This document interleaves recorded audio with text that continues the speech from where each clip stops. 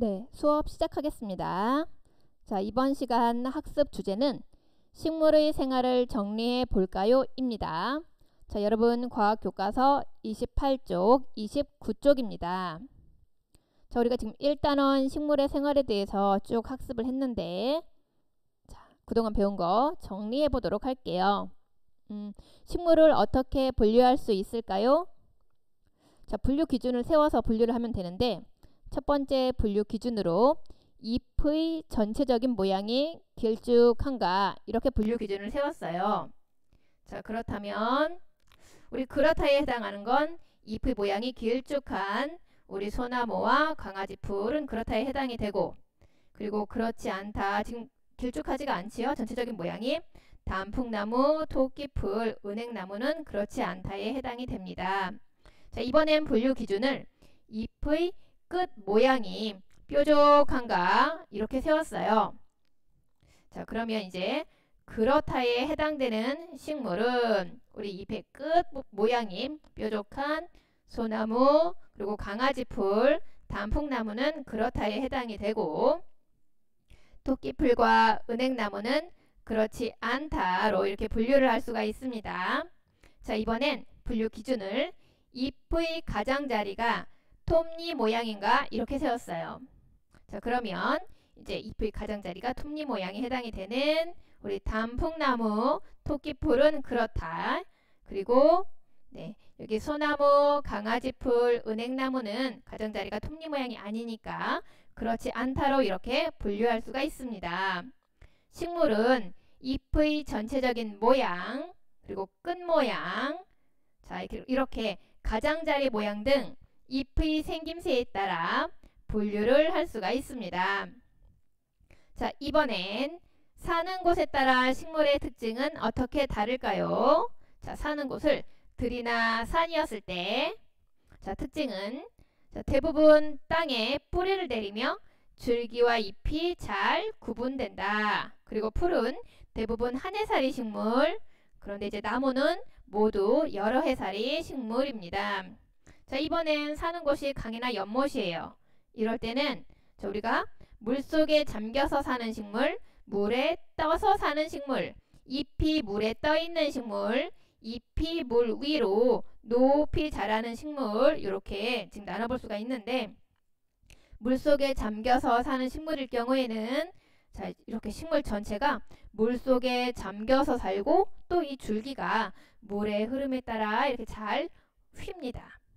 이번엔 물에 떠서 사는 식물. 자, 물에 떠서 살고 수염처럼 생긴 뿌리가 이렇게 물속으로 뻗어 있습니다. 네, 그림 같이 보세요. 자, 이번엔 잎이 물에 떠 있는 식물. 잎과 꽃이 물 위에 이렇게 둥둥 떠 있습니다. 자, 뿌리는 어디에 있나 봤더니 물속의 땅에 있습니다. 자, 이번엔 잎이 물 위로 높이 자라는 식물. 잎이 물 위로 높이 자라고, 자, 뿌리는 어디에 있나요? 뿌리는 물속이나 물가의 땅에 있습니다. 그 다음 이번에는 사는 곳이 사막일 때, 선인장의 굵은 줄기는 자, 물을 저장할 수가 있습니다. 그리고 가시 모양의 잎은 동물로부터 선인장을 보호할 수가 있습니다.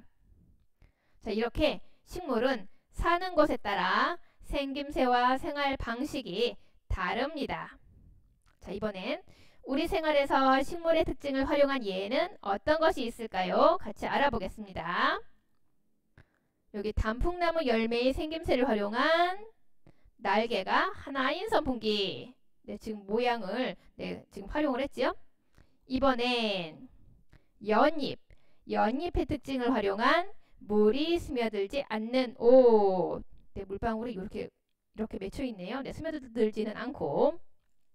날개가 하나인 선풍기, 그리고 물이 스며들지 않는 옷 등 식물의 특징을 활용해 만든 것이 많이 있습니다. 네, 좀 더 자세히 학습해 보도록 하겠습니다. 식물의 생활에 대한 개념 정리하기.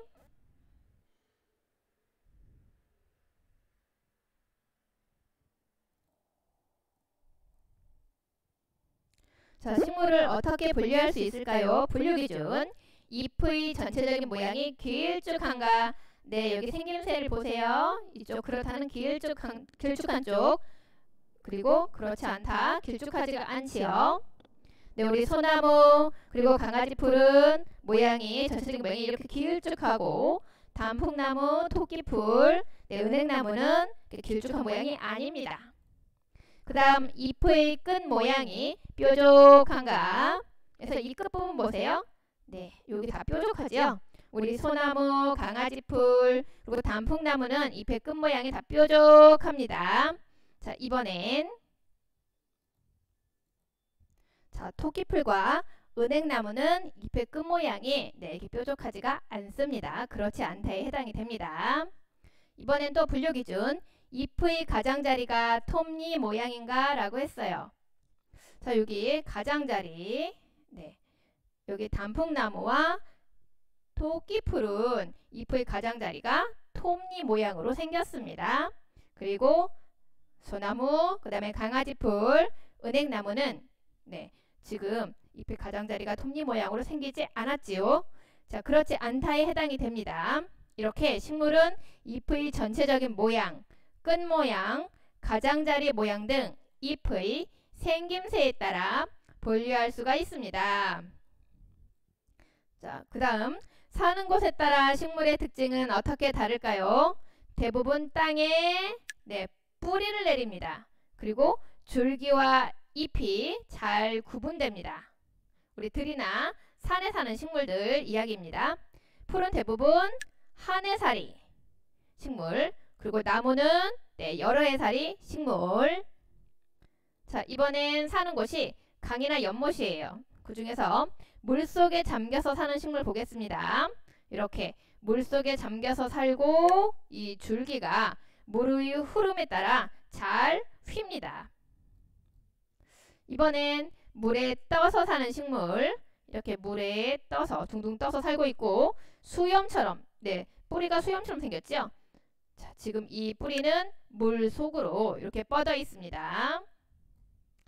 그리고 이번엔 잎이 물에 떠 있는 식물, 잎과 꽃이 물 위에 떠 있고, 자, 뿌리는 어디에 있나요? 네, 뿌리는 물속의 땅에 있습니다. 자, 이번엔 잎이 물 위로 높이 자라는 식물 보겠습니다. 자, 잎이 물 위로 이렇게 높이 자라고 뿌리는 물속이나 물가의 땅에 네, 있습니다. 자, 이렇게 식물은 사는 곳에 따라 생김새와 생활 방식이 다릅니다. 우리 사막의 경우도 볼게요. 선인장의 굵은 줄기는 이제 그 안에 물을 저장하고 있죠. 그리고 가시 모양의 잎은 이제 동물들로부터 선인장을 네, 보호합니다. 자, 이번엔 우리 생활에서 식물의 특징을 활용한 예에는 어떤 것이 있을까요? 같이 보겠습니다. 자, 지금 보이는 것, 네, 단풍나무 열매, 이 생김새를 활용한 이제 날개가 이렇게 하나인 선풍기. 그 다음에 지금 연잎입니다. 우리 연잎의 특징을 활용한 이렇게 물이 스며들지 않는 옷, 날개가 하나인 선풍기, 물이 스며들지 않는 옷 등 식물의 특징을 활용해 다양한 이렇게 생활용품을 만들고 있습니다.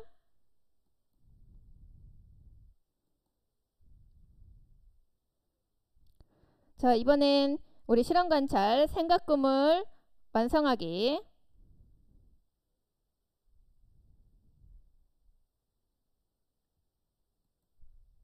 자, 먼저 잎의 생김새에 따라 식물 분류하기. 잎의 전체적인 모양이 길쭉한가? 그렇다에 해당되는 건 이렇게 길쭉한 거를 네, 갖다 놓으면 됩니다. 우리 길쭉한 소나무, 그 다음에 강아지풀, 그렇지 않다. 여기 단풍나무, 그리고 토끼풀, 은행나무. 자, 이번엔 잎의 끝모양이 뾰족한가 했을 때 우리 잎의 끝모양이 뾰족한 소나무, 강아지풀, 그리고 단풍나무는 네, 그렇다에, 그 다음에 이제 잎의 끝모양이 뾰족하지 않은 토끼풀, 은행나무는 그렇지 않다에 들어갑니다. 잎의 가장자리가 톱니 모양인가? 우리 그렇다에 해당되는 단풍나무, 그 다음에 토끼풀, 여기 끝에 여기 가장자리가 톱니 모양입니다. 그 다음 그렇지 않다. 소나무, 강아지풀, 그리고 은행나무는 잎의 가장자리가 톱니 모양이 아닙니다. 자, 이번엔 사는 곳에 따른 식물의 특징. 들이나 산에서 살 경우 대부분 땅에 뿌리를 내리고 우리 줄기와 잎이 잘 구분됩니다. 강이나 연못에서 살 경우 물속에 잠겨서 사는 식물은 줄기가 물의 흐름에 따라 잘 이렇게 휩니다. 물에 이번엔 떠서 사는 식물은 이제 수염처럼 생긴 뿌리, 이 뿌리가 물 속으로 이렇게 뻗어 있어요. 그리고 잎이 물에 떠 있는 식물은 잎과 꽃이 이렇게 물 위에 떠 있고 뿌리는 물속의 땅에 있습니다. 자, 이번엔 잎이 물 위로 이제 높이 자라는 식물은 뿌리가 물속이나 물가의 땅에 있습니다. 그 다음 사막. 자, 선인장의 굵은 줄기는 이제 물을 저장하기에 좋게 우리 생긴 거고, 그 다음에 가시 모양의 잎, 동물로부터 선인장을 보호하는 역할을 합니다. 이렇게 식물은 사는 곳에 따라 생김새와 생활 방식이 다릅니다. 생활에서 식물의 특징을 활용한 예를 보겠습니다. 이 단풍나무 열매의 생김새를 활용한 날개가 하나인 선풍기, 그리고 연잎의 특징을 활용한 물이 스며들지 않는 옷, 날개가 하나인 선풍기, 물이 스며들지 않는 옷 등 식물의 특징을 활용해 다양한 생활용품을 이렇게 만들었습니다. 자, 이번엔 단원 마무리 문제 같이 풀어보도록 하겠습니다.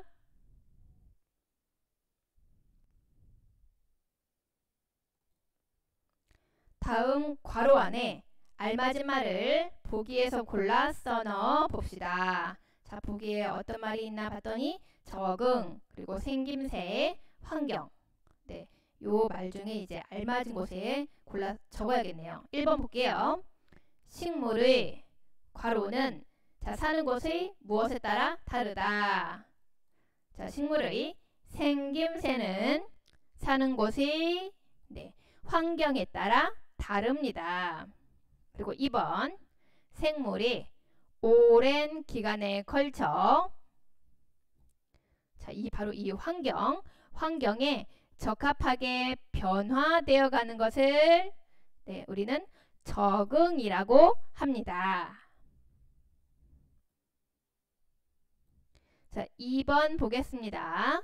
다음과 같은 여러가지 식물의 잎을 분류할 수 있는 기준을 2가지 써봅시다. 지금 다양한 생김새를 가진 잎이 보이고 있는데, 자, 이렇게 생각해 볼 수 있어요. 잎의 끝이 뾰족한가, 이렇게 분류 기준을 세워볼 수도 있고, 아니면 잎의 가장자리가 톱니 모양인가, 이렇게도 분류 기준을 세워서 이 생김새에 따라 분류해 볼 수 있겠습니다. 자, 이번엔 3번 보겠습니다. 강이나 연못에서 사는 불애옥잠의 특징으로 옳은 것은 어느 것입니까? 자, 불애옥잠. 5번 보겠습니다. 잎자루에 공기주머니가 있어요. 그래서 물에 떠서 삽니다. 나머지 설명들은 이 불애옥잠의 특징으로 알맞지가 않아요. 완전히 물속에 잠겨서 산다, 이것도 아니고, 잎이 물에 떠 있고 꽃은 물속에서 핀다, 이것도 아니고, 잎과 줄기가 물의 흐름에 따라 잘 휘어진다, 이것도 알맞지 않고요. 물에 떠서 살고 뿌리는 물가의 땅속에 있다. 이것도 알맞지는 않습니다. 5번 잎자루에 공기주머니가 있어 물에 떠서 산다. 불애옥잠의 특징으로는 5번이 맞는 설명입니다. 이번엔 4번 보겠습니다. 다음 생활용품은 어떤 식물의 특징을 활용한 것인지 찾아 선으로 연결해 봅시다. 자, 우리 물에 스며들지 않는 옷은 어디로 가야 돼요? 연잎, 식물의 특징을 활용한 것이죠. 그리고 찍찍이 테이프는 우리 독고마리 열매의 특징을 활용한 것입니다. 자, 지금 작고 둥근 돌기가 많이 나 있는 연잎의 특징을 활용해서 이제 물이 스며들지 않는 옷을 만들었습니다. 그리고 독고마리 열매가 동물의 털에 잘 붙는 모습을 보고 또 찍찍이 테이프를 만들었습니다. 이렇게 식물의 특징을 활용한 생활용품. 네, 이번에는 5번 보겠습니다. 사막에서 사는 선인장의 특징을 소개하는 글을 써봅시다. 네, 지금 선인장.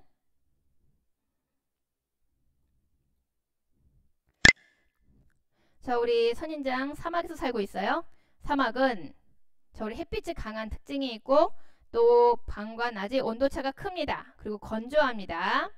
하지만 우리 사막에도 선인장, 용설란 등과 같은 식물이 살고 있어요. 선인장의 굵은 줄기, 자 지금 이게 줄기가 아주 굵지요? 굵은 줄기는 물을 저장하기에 좋습니다. 또 이렇게 가시 보이죠? 가시 모양의 잎은 동물로부터 선인장을 보호합니다. 그리고 뿌리는 땅속 깊숙이 내려서 물과 양분을 흡수하기에 좋습니다.